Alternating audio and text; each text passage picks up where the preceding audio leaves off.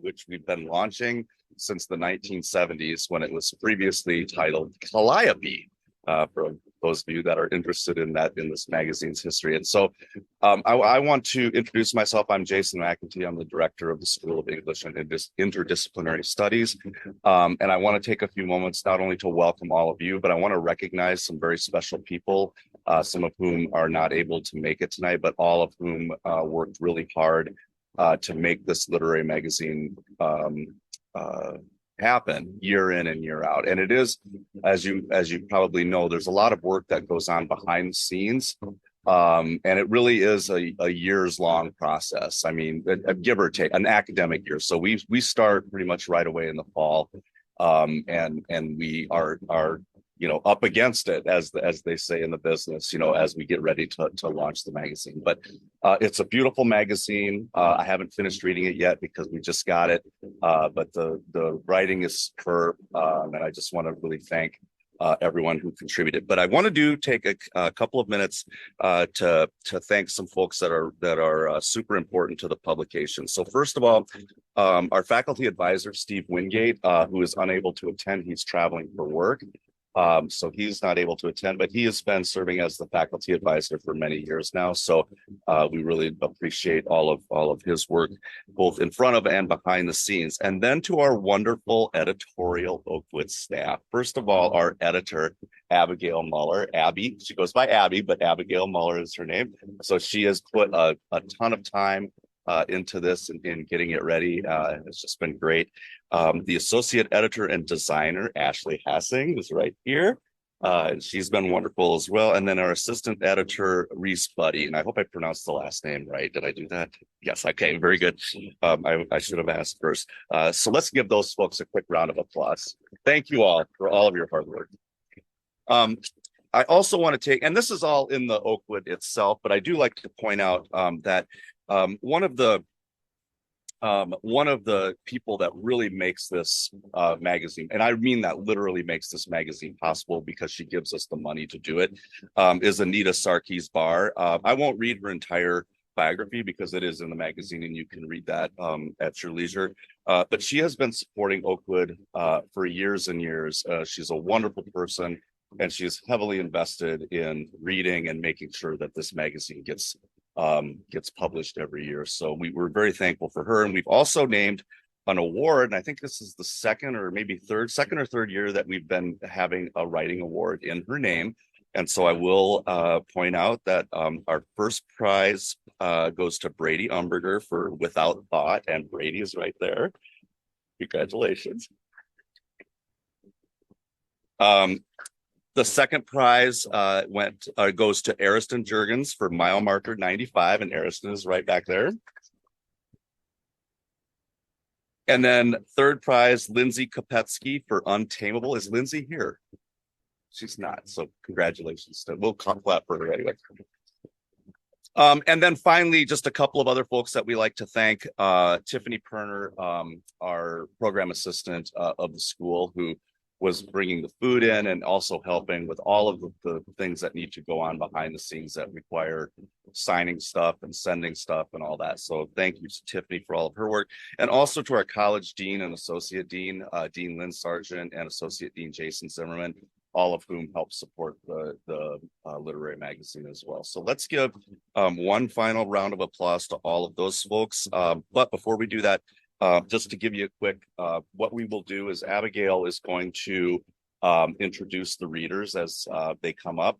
And will be our format for the night. And I don't know if you're going to want to have questions and answers or just wait until the end for that. Okay, whatever you want to do.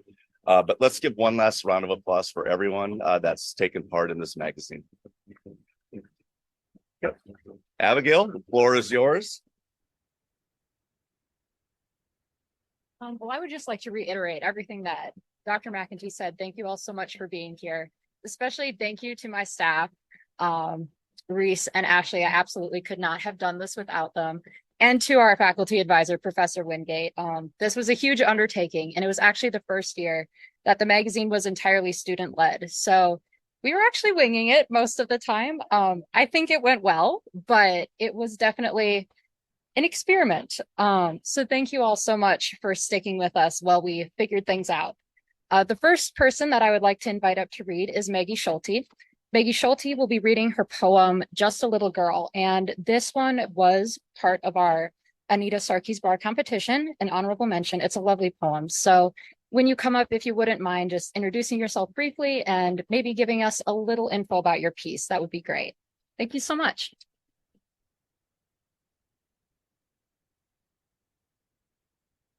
Hi guys, I'm Maggie Schulte. So the piece I'm reading to you, I actually wrote in high school. So when I heard about the competition, I thought it was a perfect piece to submit. And I was so surprised when I heard it was selected to be in this book. So here it is. 12 years old is far too young, but that's when she picked up a blade and begun. Ways to cope is not something they teach how to do because grown-ups don't think about what little girls have been through. They don't know about the times when grabbing hands lay upon her fragile skin, or when judging eyes would cause a stop in eating so she'd become thin. As each year would come, the crooked lines would grow deeper and deeper. The blood began to flow. As more and more seemed to go wrong, the fresh red cuts became her skin soft. She started to pick up anything she could see, sharp knives, tweezers, or even house keys. Little girls shouldn't have to carve their problems away. Instead, they should know that they're loved and that they don't deserve despair.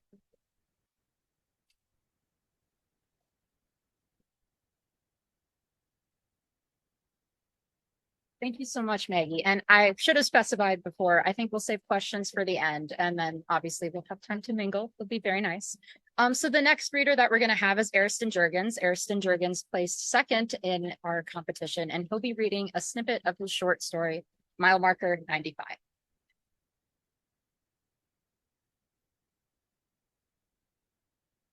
Just a little background, so you have a little bit of context. This short story was actually a reoccurring nightmare that I had about my younger sister. We live in North Sioux City, and that is 2 hours from here. We take the interstate to and from home. And she was really nervous about driving when she came to college here. And I always had this dream that I wouldn't be able to save her if, God forbid, she was in an accident. And she is alive, just so you know.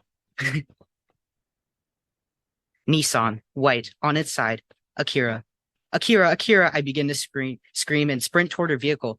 At this point, I've lost all feeling in my legs as they carry me through the snow to her car. A Highlander is smashed into her, pushing the car onto its passenger side. A Jeep sandwiches her in front, the car she must have crashed into to begin with. Akira, Akira, I stop short of her car. I can't even see her. How will I get her out? Why isn't she responding? I begin walking to her car. I look into the broken window of the Highlander. Its driver is slumped over the steering wheel, and I don't even want to look at them right now.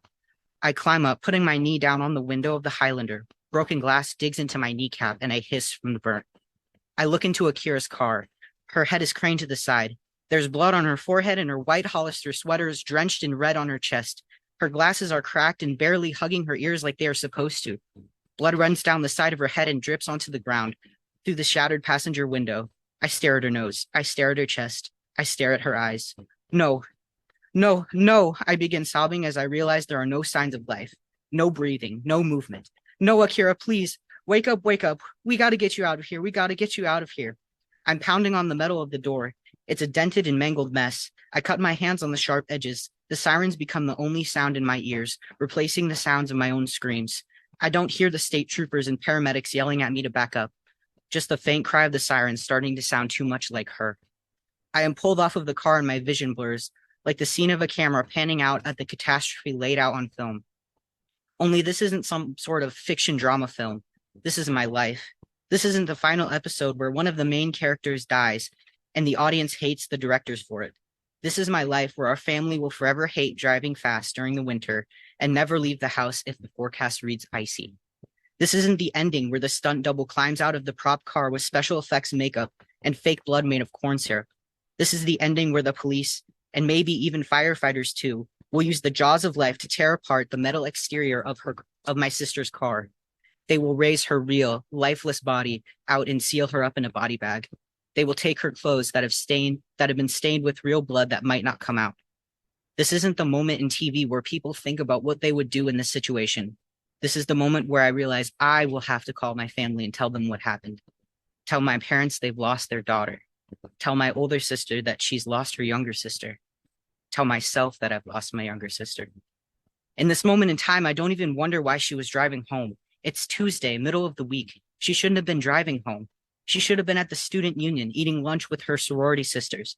She should have been in class taking way more notes than I have in my lifetime.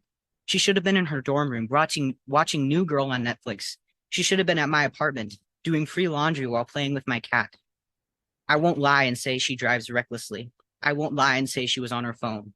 She is always careful when driving, always uses Google Maps, and sometimes even asks me to go with her on a route when she's not familiar. But this route should have been the easiest. Merge onto interstate at mile marker 132 and ride it all the way to mile marker 1, the exit our home is on.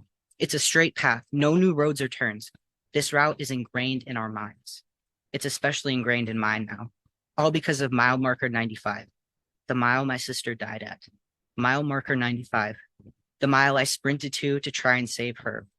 Mile marker 95, the mile that took her life and sent her home 94 miles early.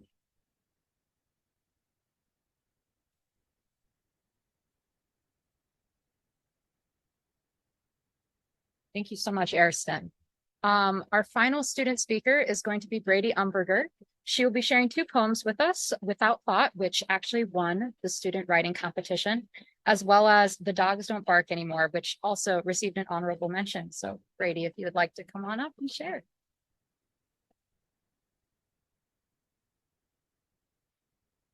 Hello, everyone. I'm Brady Umberger. I am a senior here at SDSU, and I'm majoring in English, so it kind of makes sense why I write poetry.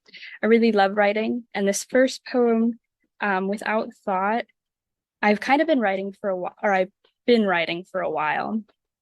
It actually was inspired by a feeling, the feeling I had after listening to the song I'm Not in Love by 10cc's, and it kind of got mixed with a fear that I have of being forgotten. So I will read that poem.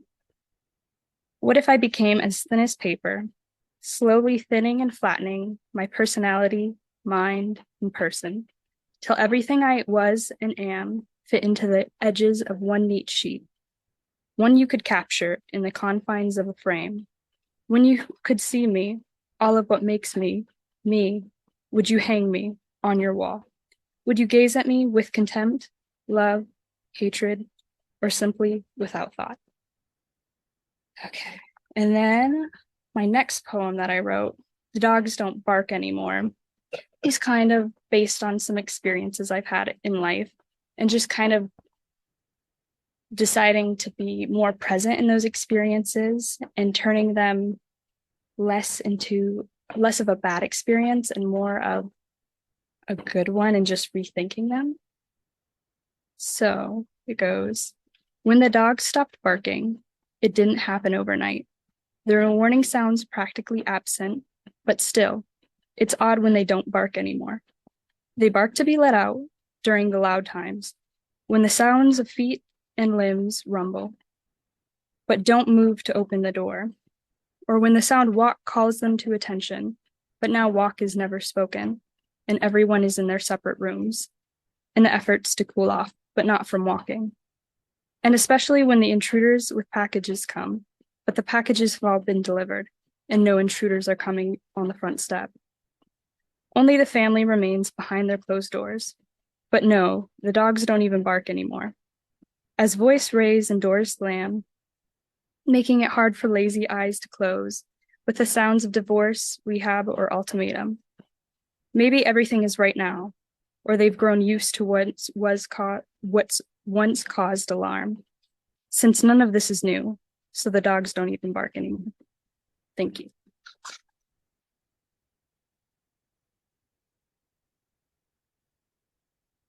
Thank you so much, Brady. And that actually concludes our student section of tonight. I would like to take a quick moment to kind of change course for a moment and actually acknowledge our artists in the room. We luckily had a couple of artists that actually submitted this year. Oakwood used to be a very nice mixture, actually, of poetry, fiction, and art. Unfortunately, post-COVID, we've had a bit of a difficult time getting artists to participate, but we were lucky enough this year to have a couple that not only submitted wonderful work, but were able to make it tonight. So first, I would just like to acknowledge Megan Peterson. Yes. Thank you so much, Megan. Megan actually submitted 3 oil paintings. They're entitled Easter Eggs, September in South Dakota, and Spicy. And they can be found on pages 78, 79, and 80. They're quite lovely. And secondly, I would like to acknowledge, try my best to get this name right, Dori Imrefetske. Yes, thank you so much. She is actually our cover artist. So as you can see, the lovely fern silhouettes piece on the cover of our magazine was her contribution, and we really appreciate that. Thank you so much.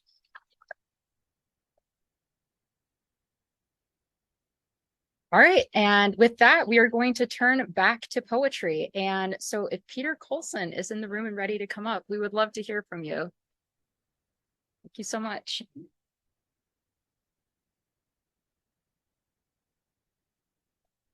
Well, good evening, everybody. The first poem, I'm Peter Colson. The first poem I'm going to read is Death of the Concert Pianist. This poem is actually dedicated to my Aunt Sue, who's quite a famous concert pianist. She's played all over the world, has numerous recordings out there. And the poem came about from about a year ago. We were attending my nephew's high school graduation, and she was making fun of some of my poems that I had recently written and published. They were fairly macabre, and they were a little different than what I normally wrote. And I told her that she needed to be careful, or I was going to make her the subject of one of my poems. And she wasn't, and that's why we're here tonight, in part. She doesn't know this poem exists. She'll find out in about 3 days when she gets a copy of Oakwood in the mail. So anyway, I'm probably out of the will for writing this, but it'll be totally worth it. Death of the Concert Pianist. Nobody feels sorry. You mock the winds and repertoire, allegro like largo, legato arthritic. The concert master departed after your Carnegie improvs. A percussionist wheels you into rehearsal strapped across the marimba. No rhythm, he declares. Too much Chopin, not enough cowbell. The trombones and tubas toast your health. Hoots send in the clowns across the bottle tops. It is what you said they did best. The violists feign remorse. It comes naturally. But the page turner weeps joyfully on the bench. She deserves this most. The bass players dismember the Steinway, save the keys and jars, remove the legs and rent a wood chipper, but keep the soundboard for cornhole. They're reckoning like none other. Lying in the piano case, you look as you might rise, play again. The conductor sharpens his baton, accents a downbeat and grins. The only difference between murder and a symphony, one requires malice, the other an alibi, and we stand, walk out together. Thank you. The second poem I'm going to read, Sleeping in Cemeteries. If you haven't discerned, I'm actually an old hippie, and I attended school here. I'm an English alum as well in the 70s and 80s. It took me 6 years to get through my undergraduate program because I was always dropping out of college and then hitchhiking on different adventures. I hitchhiked from Brookings to Alaska and Brookings to Newfoundland and then through Mexico and Central America. So it took me a little bit longer. Back in the 70s and 80s, when you hitchhiked, it was a fairly common practice if you found yourself at the edge of a town, the day was getting late, you weren't getting a ride, that if there was a cemetery nearby, you would go and camp the night in the cemetery. And so from those experiences came this poem. Sleeping in cemeteries. End of days hitchhiking, I sleep in cemeteries. Towns named Hooverville or Grover's Corners look after their dead. No matters townsfolk, farmer or drifter. Bury them around a bend downhill so aunts and uncles don't float Maine when the river floods, or whatever killed the kids one winter doesn't find its way back. Large headstones lose shade mid-afternoon, hide a tarp in weather, flame to a cigarette. The grass watered and well cut feels like paradise after blacktop. Always the caretaker is Bubba, wife Esther Holidays, corners sharp 45s, bottom level, a perfect cone of dirt, casket closed, prejudices sealed, a fresh hole requires an exit, sun up. And who more willing to share, damned or decent, days run out 6 feet closer to hell than heaven. Frances Diggs uttered herself, then shared her secret cookie recipe. Lewis Gray, an Indian fighter, later a barber, prayed everyone would forgive him. Speedy Colton, an avid bugler, hated taps, died the last measure. Mary Block passed a dutiful wife and mother, but Henry Longbaugh, 5 down, remembered better, wrote a sonnet. Nell Fenwick failed in Hollywood, bus back, married and divorced. Then God called, the family said, but the church buried her. Gypsy Joe swept sidewalks, willed a pile to the orphans, headstone festooned in finger paint. Hector, a plank, no last name, not one for making money or a mark, but made enough, say the bottles ringing the plot, fly rod against that oak. Walking to the road, I leave coins, fare for the boatman, regards to family, lives, soup to nuts. Judge me for the company I keep. I sleep in cemeteries. Thanks very much. And thank you very much, Abigail, as well as the rest of the staff. It's a lot of hard work, I know, so I appreciate it. Thank you so much. We're actually getting down to our final speakers, and is Haley Larson on Zoom? We're in the room. Yes, I'm here. Is Dr. Haley Larson here tonight? Yes, I'm on Zoom. She may be on Zoom with us.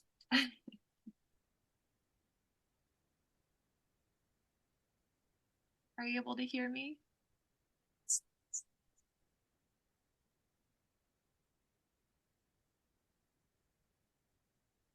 Are you able to hear me?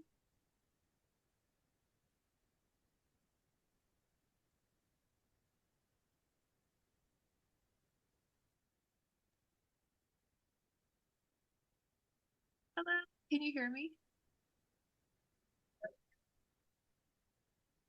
Okay, thank you. Thank you. Sorry. Hi, I'm Haley Larson. I teach at Dakota State University in the English department, and thank you also Abigail and team. I'm really honored to be part of your magazine this year, so thank you. The piece that I have in the journal is a little more visual, so I don't know if reading it will be as robust, but I will go ahead and read it. It's part of a larger manuscript that works with sort of nervous lyric fragments that shred into pieces a little bit and try to reassemble. So this is called the stop motion. Some grayscale fleece skipping real measures inched loops, licking our lips like each letter carves flavor into tongues. This city is the speech room. This city licking cools on phrases unlocked from a filter. You sound every word you imagine, no mind to tact. The lacerations in my ear canals, I bleed the lips, things we're not supposed to hear in this city. Lips, the mouths don't stop moving, infiltrate the breathing air. Your loosenings attack me. This is this breathing, this breathing me? Your eyes close to make night. This is a dream I have repeated in choosing to sleep in repeated patterns when the lake I swim churns into fire red lines, armored enough for dream scares and flaming hair, and next night I am the fire, and next night I am the god with embers for fingers. With bliss I have arms. I curse limbs, sever twigs. Train you and track like, find how out is light in parallelism. I go into a darker room. My empire of earth, your kaleidoscope kingdom, fissuring hands into pieces, not fingers, not apparatuses of holding, further, broken, further touch. Like sieves, we strain worlds through five-fold pans, shifting fine limestone. What doesn't sift staid accumulation. This world simple collection, we untouch its pronunciation, make words gravel, this ward of dusty remnants. This my thumb blood, tick, my front lobe cis sound. Neck skin bumping with lung, vision wet, our eyes globe, sedimenting this atmosphere. Spun the sunbeams as a background, as machine, and no one has to look at anything, at nothing, and the leg is less numb than the foot. This issue stems further than an east edge of town, to write in tissue locations, to sing palpitations of regional dialects, reflexive fidgeting. The way your hands mimic the shaking in my gaze, in my is placed upside down in a chute in more calming positions, and we press 2 probes to the temples, 2 nodes samely flooding with current. And in this stunned state, say, you can't feel pain. Say the legs have stopped twitching and kicking because pain is a sensation only felt right side up, only held in memory as a ghost, not a nerve firing. So in the stunned stillness, we apply a knife to the neck with enough pressure to re-emerge from the flesh. And in the same movement, we twist and remove, let the blood, it spills in droplets down the face without twitch. Let our blood leave the body upside down and motionless in. Thank you.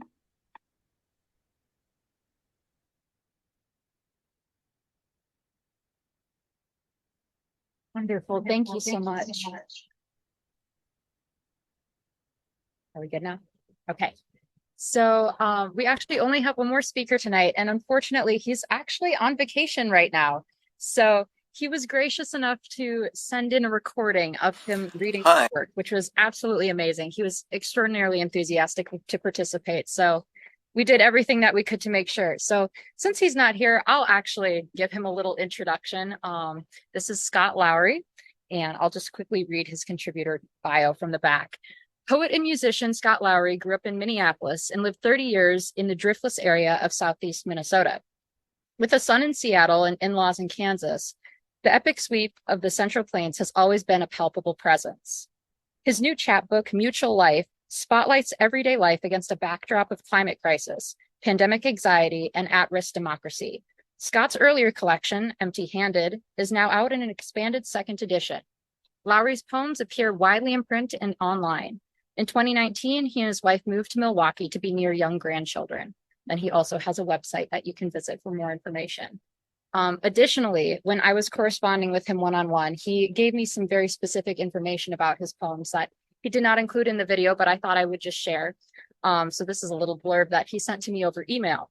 He said, an interesting thing about these 3 poems is that for me, they are all new updates of poems written quite a long time ago. Little Miss Somebody is the newest at 10 years old. The following was originally written sometime in the early 90s and was the first of my poems to be accepted for publication, which months later was withdrawn when there was a change in editors.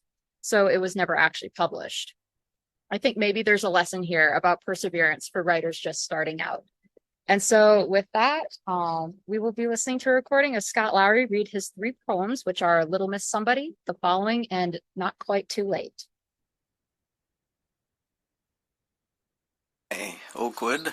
I'm Scott Lowry, and I really appreciate the opportunity to participate from a distance. I have a group of 3 poems. I'll just start with the first one here. The Following. Behind our hill-slung house, on dry grass flats or stuck in the buckthorn, snow drops its shoulders, begins its goodbyes. Further up, where bluff opens to limestone patches in the empty trees, a thin hint of color, crumbling tans and pinks, echoed below in the birches' quiet lines, charcoal on white, washed faintly with rose, and again in the winter birds, faint blush under the chickadee's inkwork, wisps of peach where slate-backed juncos sift seed hulls, rusted tufts above the legs as chuckling nuthatches spiral the trunk, departure's palette, right down to dead bits of coneflower and bee balm waving on blackened stems. Barely colors at all, mute, unsaturated, waiting for the nudge of bud to blink awake and follow winter north. Well, that one and the next one are set in Minnesota, where my wife and family and I lived for about 30 years, kind of on the edge of the Great Plains as it dips down into the Mississippi Valley. And I'll send this out to all the frustrated cross-country skiers who we didn't have a very good winter for it this past one. This was several years ago, right at the end of winter. It's called Not Quite Too Late. It could be over. Cars sparse on the snowpack lot, yellow mud licking softened edges. By the locked shed, grooming machines are settled in, treads half swallowed by an oily slush. Climb out, clip in, push off. Your feet at first slip sliding away, each from the other, your legs gone to rubber, lurching on a shifting crust. Slow it down.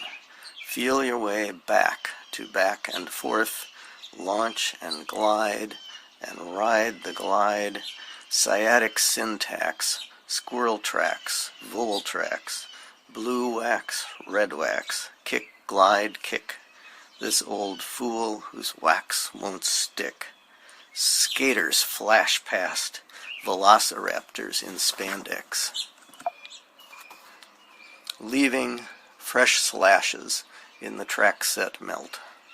Long bright days now, but snow enough with luck for one more week, so flex your noisy knees, your laced tight ankles squeaking in their boots. Begin to hum along with bird song, creek flow, faster now past sun gaps, where tough-muscled maples stretch up and out with the green creep of sap, the hip bone connected to the thigh bone, raw bone connected to the wishbone, chickadee connected to the grub worm, joint pain connected to the old brain, way in the middle of the air. This last one is written for the memory of my wife's parents, and I'm down in Cottonwood Falls, Kansas right now in the Flint Hills of eastern Kansas. It's also on the Great Plains. The poem is set in Wichita, Kansas. Bonus points here for anyone. You could have a little trivia contest. Anybody know what a comptometer is or was? It appears in the poem. You can Google it. This is called Little Miss Somebody for Rosalie and Herschel. We've picked Merle's for its unimprovement, sliding them into one of those shady booths where you can leave the Kansas heat behind, an oasis of slow fans, photos from the 40s, the clatter of pool balls and cheap plates. No specials to hear about, no hard decisions, elbows up on linoleum, our drinks ice cold. It feels almost like a double date. So I think to ask how they met, and their faces both light up like a pinball bonus score. After the war, they'd each found solid jobs at Standard Oil. Hirsch, the engineer corps troubleshooter, with his route of country filling stations, and Rose in the downtown office, fingers flying across the comptometer keys. When I met her, I just knew, but no name, phone number, nothing. It took 3 days to track her down. One date, some weeks dawdling, then an office Christmas party, and well, that was it, he says, beaming, while her gaze flickers and drifts away. Once her sandwich arrives, she looks blank, until he shows her how to pick it up like any artifact from a distant life together, some once familiar remnant to lift, admire, then sink her teeth into and savor. You know, she says from nowhere, as if he's just walked in, we really have been lucky. Then proves it by reaching to her side to find his hand. Thanks very much for listening. I hope you're having a great event. See you down the road.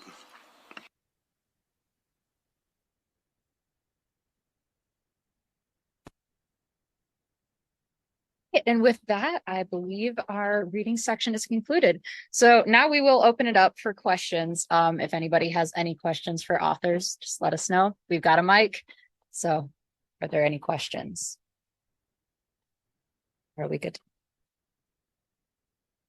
All right. Well, in that case, there are refreshments in the back. Please feel free to grab something to eat and mingle. I will be here as well if you have any questions. Thank you so much for coming out tonight to support the magazine, and have a great evening. Of course.